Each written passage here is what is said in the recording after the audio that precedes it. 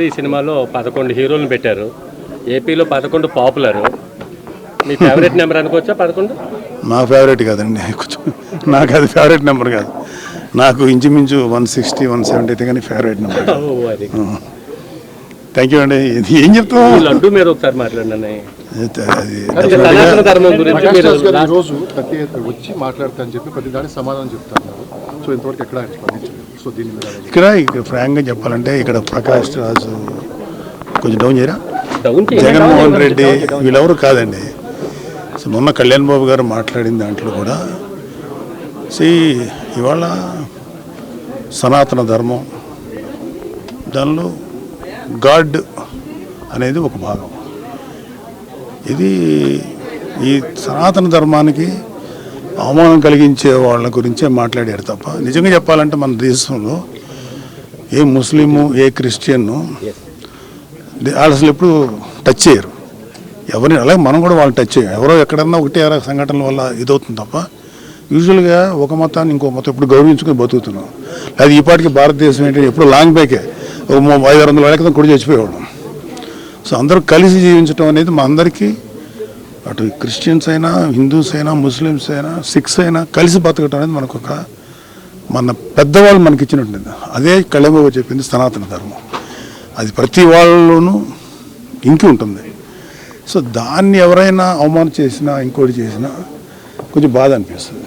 So laddu అనేది ఒక చిన్న అంటే ఒక నిండిపోయినటువంటి ఈ నిర్లక్ష్యం చేయబడినటువంటి హైందవానికి, హిందూ మతానికి ఆ లడ్డు అనేది క్లైమాక్స్ లాంటిది. సో దానికి ముందు ఆ లడ్డు అనే దాంతో పాటు ఇంకా కిందకి వెళ్తే ఎన్ని దారుణాలు జరిగినాయో మా అందరికీ తెలుసు.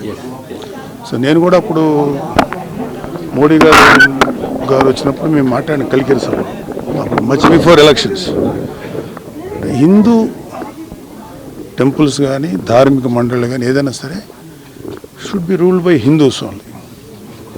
ముస్లింకి సంబంధించినటువంటి వక్ఫ్ బోర్డు వాళ్ళే చేయాలి, మిషనరీస్ క్రిస్టియన్సే చేయాలి. కానీ మనకేంటంటే బికాజ్ ఆఫ్ గవర్నమెంట్ ఎవరైతే అధికారులు ఉన్నారో వాళ్ళు చేసేటువంటి నిర్ణయాల వల్ల కోట్లాది మంది హిందువులు అఫెండ్ అవుతున్నారు. అదే కళ్యాణ్ బాబు గారి బాధ. సో దాని మీద ఆయన వెలుగొచ్చారు. ఇక్కడ ప్రకాష్ రాజా, జగన్మోహన్ రెడ్డి కాదు, it's a question of pseudo secularist.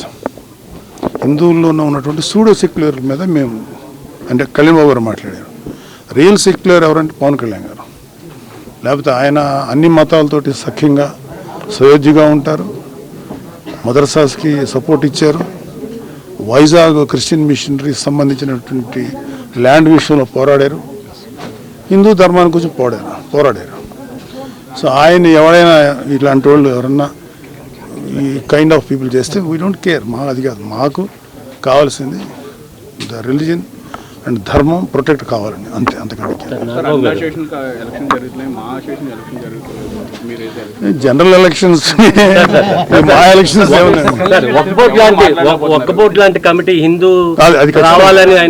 అది నేను ఫుల్ సపోర్ట్ ఆ విషయంలో. హిందూ ధర్మ రక్షణ మండలి ఉండాలని చెప్పి కళ్యాణ్ బాబు గారు అడిగినది చాలా కరెక్ట్ అయిన విషయం, ఖచ్చితంగా ఉండాల్సిందే. తేలిపోయింది.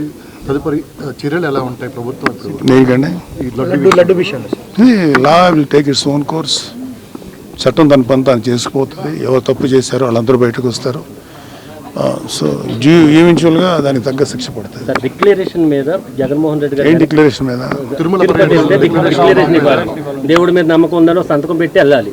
అలా ప్రతి చోట మక్కాలో కూడా. మీకు ఎంత ఆనందం ఉందండి, నేను ఏదో ఒకటి మాట్లాడాలి.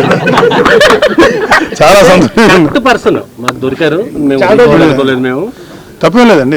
ఇప్పుడు ఎవరి మతానికి తగ్గట్టు వాళ్ళని ఫాలో అవుట్. ఇప్పుడు నేను చర్చికి వెళ్ళాను ఎలక్షన్ టైంలో. నాకు అక్కడ జీసస్ క్రైస్ట్ని ప్రార్థించినప్పుడు నేను కూడా ప్రార్థించాను కదా. అలాగే మసీద్కి వెళ్ళాను ఎలక్షన్స్, వాళ్ళతో పాటు పెట్టుకున్నాం. వాళ్ళని ఫాలో అయ్యాం. పెట్టుకోమని వాళ్ళు ఒకరు ఉంటారు, వాట్ ఎవర్ వాళ్ళ ఆచారం ప్రకారం నేను ఫాలో అయ్యాను. So there is no wrong. Declaration సంతకం పెట్టడం అనేది చేసేసి ఉంటే గొడవ ఉండదు కదా. దేవుడితో చెలగాట వాడుతున్నారు చంద్రబాబు నాయుడు గారు, పవన్ కళ్యాణ్ గారు మాట్లాడుతున్నారు.